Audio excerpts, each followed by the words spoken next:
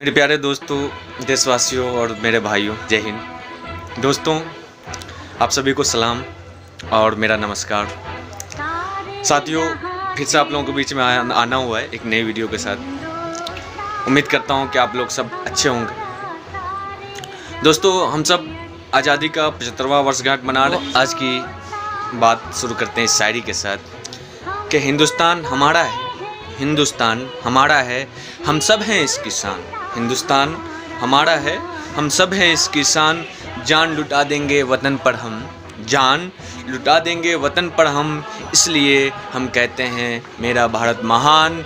और लड़ेंगे मिलकर दरिंदों से, लड़ेंगे मिलकर दरिंदों से, क्योंकि ये हिंदुस्तान सबका है। आज़ादी के इस अमृत महोत्सव को मनाए जाने के कुछ कारण हैं। सबसे पहला कारण तो है कि हम अंग्रेज़ों के गुलामी से आज़ाद हुए 15 अगस्त सन 1947 को। उसके बाद दूसरा कारण है कि उस समय जब हमें आज़ादी मिली, उस आज़ादी को दिलाने में जिन लोगों ने बलिदान दिया, अपना सब कुछ निछावर कर दिया, अपने संपत्ति, अपनी जान, सब कुछ कुर्बान कर दिया, उन लोगों को याद करने का दिन है 15 अगस्त। उसी तरह तीसरा कारण बनता है कि हमने इन 75 सालों में, आज़ादी के इतने साल बीत जाने के बाद, हमने क्या पाया है, क्या खोया है, और साथ ही हम जिस सपने को लेकर के हमारे पूर्वज इस देश को आज़ाद कराए, उस सपने को कहाँ तक पूरा किया गया है और कितने सपने अभी अधूरे हैं, उन सब को जानने की ज़रूरत है, उस पर चर्चा करने की ज़रूरत है। ख़ास करके आज की जो यंग जनरेशन है, उसको याद करने की ज़रूरत है अपने पूर्वजों के बलिदानों को, जिन लोगों ने हंसते हंसते फांसी पे अपनी जान लुटा दिया। काला पानी की लोगों ने सज़ा पाई, लोगों को किलों पर लिटा करके मार दिया जाता था अंग्रेज़ों के द्वारा। तो उन सबको याद करने की ज़रूरत है और उन सबको हमारा अभी पूरा श्रद्धांजलि है ऐसे लोगों को, जिन लोगों ने हमारे देश को आज़ाद कराने में अपना सब कुछ निछावर कर दिया। उनके लिए सबसे बड़ी प्रायोरिटी थी अपने देश को आज़ाद कराना, और उनका सपना था कि हमारे देश के आने वाली जो पीढ़ी है वो एक आज़ाद भारत में, आज़ाद हिंदुस्तान में सांस ले। और आज हम लोग उन लोगों के बलिदानों के सदक़े में आज हम लोग एक आज़ाद हवा में सांस ले पा रहे हैं। कहते हैं कि जो देश अपना इतिहास भुला देता है ना, उसका भूगोल भी बदल दिया जाता है। और यह हुआ भी है। हम सब इसको जानते हैं बखूबी कि जाने कितने वीरों की बलिदान व्यर्थ चली गई, बेकार चली गई, क्योंकि आज़ाद होते ही हमें हमारे देश को 2 भागों में बांट दिया गया। इससे बड़ी दुख की बात तो और कुछ हो नहीं सकती थी। खासकर वैसे लोग जिन्होंने अपना सब कुछ निछावर कर दिया था इस देश की आज़ादी के लिए, और उनको यह दिन भी देखना पड़ा। दोस्तों, भारत की को आज़ाद कराने के लिए हमें किन किन चुनौतियों का सामना करना पड़ा, हमारे बुज़ुर्गों ने किस तरह की चुनौतियों का सामना करा, या आज के हमारे जवान पीढ़ी को जानना बहुत ज़रूरी है। क्योंकि जिस समय हम आज़ाद हुए बहुत बुरा माहौल था। देश की अर्थव्यवस्था भी पूरी तरीके से बिगड़ी हुई थी, क्योंकि आज़ाद होते ही हम 2 भागों में बँट भी गए थे।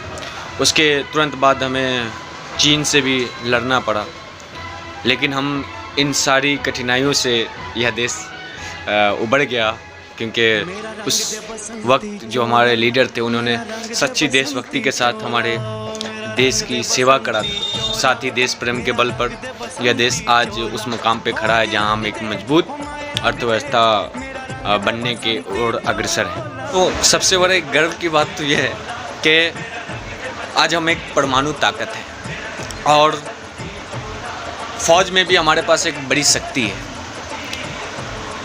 और उससे बड़ी बात भी, और ये भी शामिल हो जाती है इसमें, कि हम उन 5 देशों में शामिल हैं जो चांद और मंगल ग्रह पे मानव के साथ अपनी विमान भेज चुके हैं।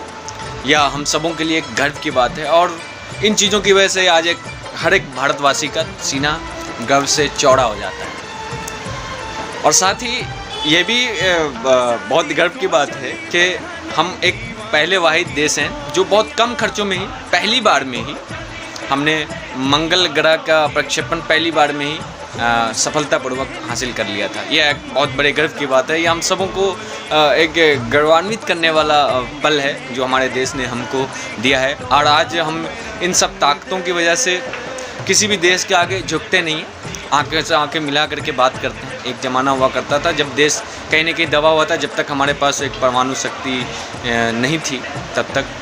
और उसके लिए हमारे APJ अब्दुल कलाम को सैल्यूट है, जिन्होंने हमें परमाणु शक्ति से संपन्न देश बनाया। यह बहुत उनका एहसान है इस देश पर। हम सब देशवासी उनके लिए उनको शुक्रिया देना चाहते हैं।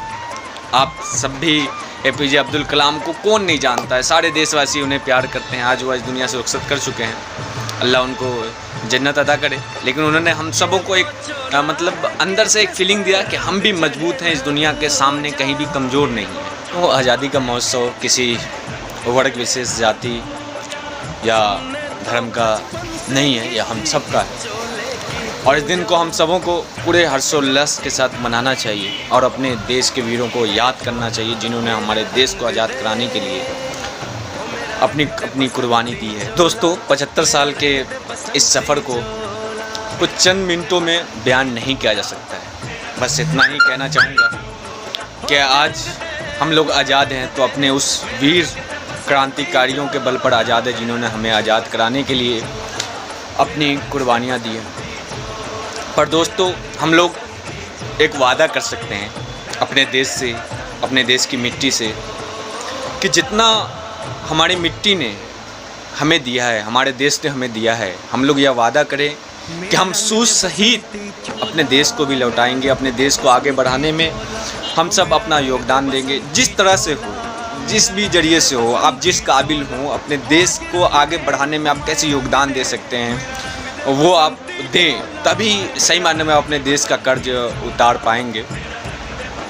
और ये कर्ज उतारने के बहुत तरीके हैं। ज़रूरी नहीं है कि आप देश के लिए साइंटिस्ट बन जाएं या IPS बन जाए या फौजी में चले जाएं। बस इतना ही काफ़ी है कि आप किसी भी गरीब की मदद कर दें तो कहीं ना कहीं आप अपने देश की मदद कर रहे हैं। किसी राह चलते कहीं पर अगर कोई एक्सीडेंट हो जाता है, उसकी आप मदद कर देते हैं, एक तरह से आप अपने देश की मदद कर रहे होते हैं। तो बस मेरा कहना है कि कोई भी काम जो हमारे देशवासियों के काम आ जाए, उसका भला हो जाए, ये आप देश सेवा के रूप में आप इसको ले सकते हैं। तो इस तरीके से हम अपने देश को एक बेहतर देश बना सकते हैं और हम अपने देश का नाम भी पूरी दुनिया में लोगों को दिखा सकते हैं कि हम देशवासी कैसे हैं और ये भारत सोने की चिड़िया कैसी है और यहाँ के लोग कितने भोले हैं और कितने सीधे हैं, लोग एक दूसरे की मदद करते हैं। इस तरह से हम अपने देश को पूरी दुनिया में उजाला कर सकते हैं। वैसे हमारा देश कहीं से कम भी नहीं है, लेकिन हम लोगों को ये आहद करना पड़ेगा, खुद से ये वादा करना पड़ेगा कि हम अपने देश को लौटाना है। इस देश ने हमें जितना दिया है, हम जिस आज़ाद हवा में सांस ले रहे हैं, हमें अपने देश को वापस करना है। तो दोस्तों, मेरी बातें कैसी लगी आप लोगों को ज़रूर बताइएगा कमेंट करके। अगर अच्छा लगा हो तो लाइक भी कर दीजिएगा, साथ ही सब्सक्राइब कर लीजिएगा। आगे भी मैं आप लोगों के बीच में अपनी बात ज़रूर रखूँगा। मिलते हैं अगले वीडियो में। जय हिंद।